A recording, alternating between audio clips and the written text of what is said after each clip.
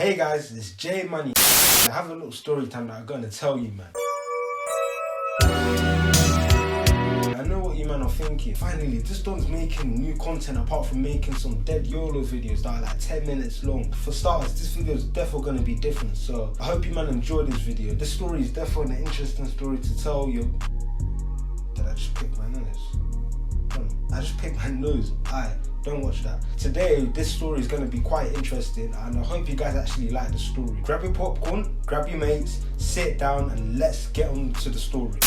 Okay, so let's say there's this guy called Matthew James, also known as MJ. He's fresh out of uni, has box braids, a fully grown beard and is 5'11". Sorry girls that he's not the 6 foot you imagine. You need to understand that not every single guy you're going to meet is 6 foot and above, you shaky little bastards. If you're wondering where he's from Southeast London, by the way. After MJ finished uni, he went to move to LA because he found out that there's lots of opportunities for marketing jobs. For months, it was like finding Nemo for him, as a marketing job in LA was in very high demand. But luckily enough for him, he was able to find a job and get an interview. The interview went well for MJ. Every question that the manager asked MJ answered with such accuracy. He even got to the point where MJ even answered the questions so well that the manager had to ask him random questions to put MJ on the spot. So he couldn't hire him because the manager didn't want to hire any more people. In the end, MJ ended up getting the job. Did so well in the interview that the manager just gave him the job then and there, and he didn't even have to wait. He just got to work straight away. The first few months were nice and smooth for MJ. He was able to promote different companies for the manager. In fact, MJ was so good, instead of just promoting companies for the manager,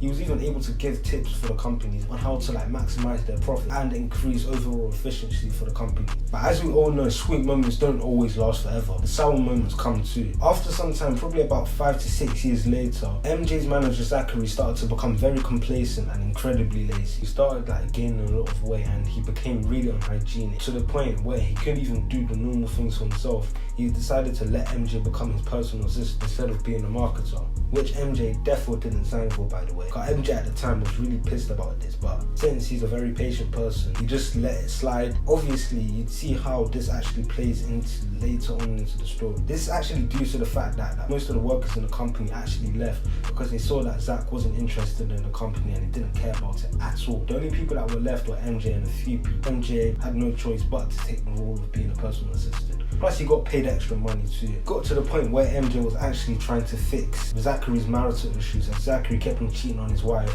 and being a massive burden on his family, as he was so lazy that he was actually doing a disservice to his whole family.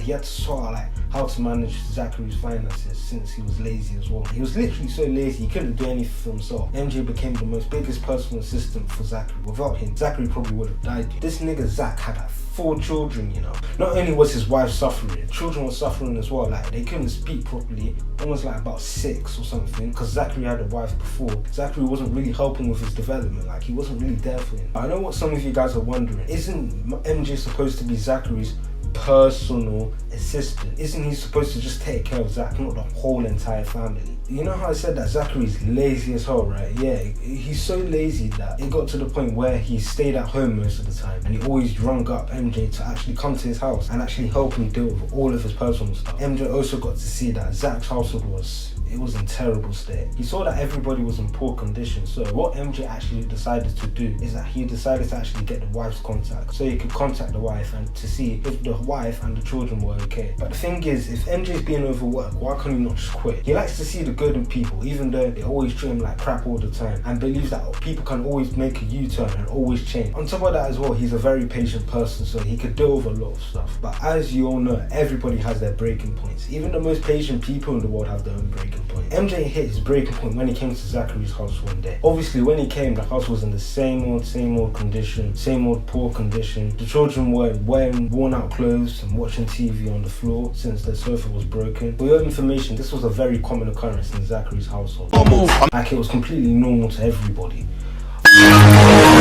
But there was a twister. Suddenly, when MJ came to the household, he was very gobsmacked. He saw Zachary beating his wife, since Zachary's wife said no to his request, which was to order Domino's pizza. Because as you already know, Zachary was really fat. To this point, he was mortally obese. He couldn't walk, he couldn't do any normal tasks that moving your hands, getting water, all that kind of shit. He couldn't do that at all. And he kept on asking for pizza, so enough was enough. As I said earlier, MJ was a very patient person. He could take a lot of things. But one thing he couldn't take the most was domestic abuse towards the opposite gender, which Zach was doing right then and there. So what he did is that he stopped Zach with physical force and yelled at him, telling him to stop what he's doing, and telling him what he's doing is completely wrong. Obviously, since Zach has a stubborn nature, Zach was like, you don't tell me what to do, I tell you what to do. And he just fired him on the spot and told him to leave and never come back. Obviously now, MJ was kind of pissed at this because he didn't know where to get his source of income from. His main source of income was from Zach, and Zach was paying him bare P. Like, I can tell you, he was probably getting about 100k every single month. I made 100k,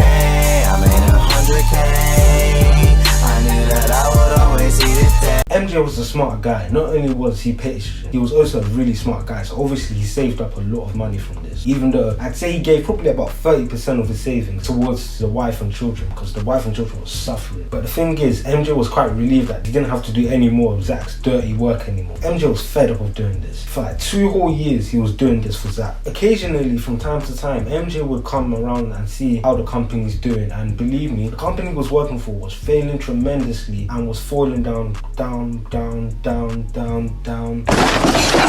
It looked like it literally wasn't going to revive again. It looked like it was going to be in the dumps for life. For life. Things were quite stagnant for MJ for about a year, until one fateful day where somebody rang the doorbell on his door. He was quite surprised at this because he barely expected visitors. Like, visitors never came around because he was in a completely different country to what he's normally in. You might be thinking, like, shouldn't he have made friends by now? He's been in the country for about 6 years. You didn't know this, but like, MJ is quite a closed off person. Like, he likes to keep his space. He didn't really have that many friends. He only had like a few little friends there and there. When he opened the door, he saw that it was Patrice that came by, which surprised him even more because he hadn't seen Patrice in over a year, ever since he got fired by Zach. When MJ saw Patrice, he noticed that Patrice looked quite beaten down and upset, as if she was suffering from domestic abuse, and was curious to find out why she was actually like this. And it turns out that ever since MJ got fired from Zach, things have just been going down south, properly down south for Patrice and the children. Firstly, Patrice started to get physically and mentally abused by Jack more severely, to the point where he was inflicting it on the children. Patrice also said to MJ the marketing business was becoming bankrupt and started to pile up lots of debt. MJ was baffled as to how Patrice and the children are still coping living in these conditions, and on top of that,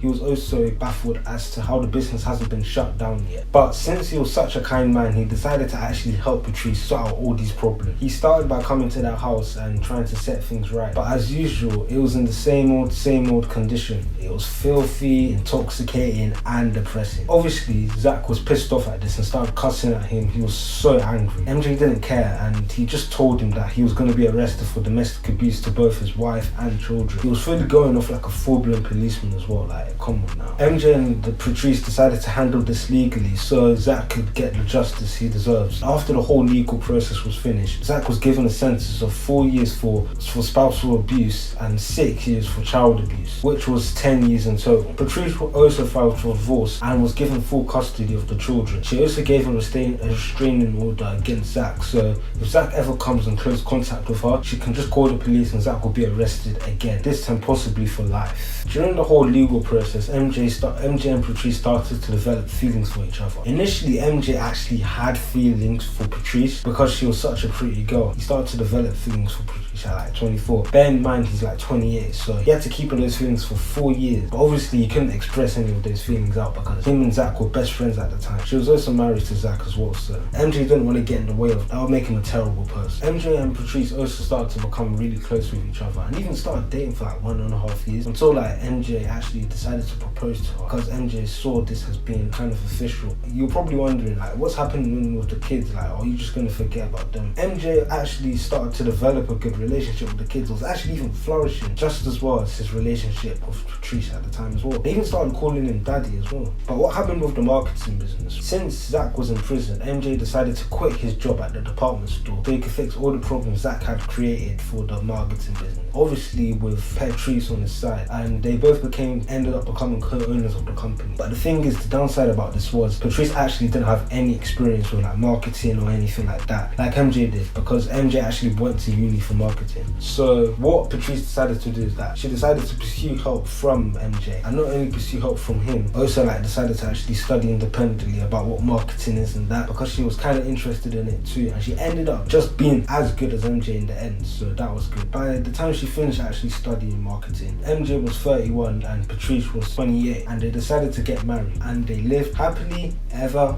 after. The moral of the story is here that life can be exciting, sweet and nice like Powerpuff Girls. The thing is, at the same time, there's also sour moments in life, but those sour moments can be a blessing in disguise. For example, the sour moment with Zach and MJ actually ended up being a blessing in disguise for MJ, because he met the love of his life, Patrice, and without Patrice he probably wouldn't be able to like cope by himself. Like he probably would have been depressed, his same antisocial self, but Patrice changed him. He made him a very good man, even better than he was before. Like he felt complete. Believe me, those two were meant to be together. That's the end of that story time. That was actually a really fun story for me to make, I can't lie. I actually had a lot of fun making it. I might make this story into a book, maybe even a book series about the life of MJ and Patrice. I hope you guys actually like this video. My Snapchat is JMoney, it'd be right there, and also my Instagram is also JMoney, it'd also be right there too. Hope you guys enjoyed it. Thank you for watching the video. See you guys next time. Peace.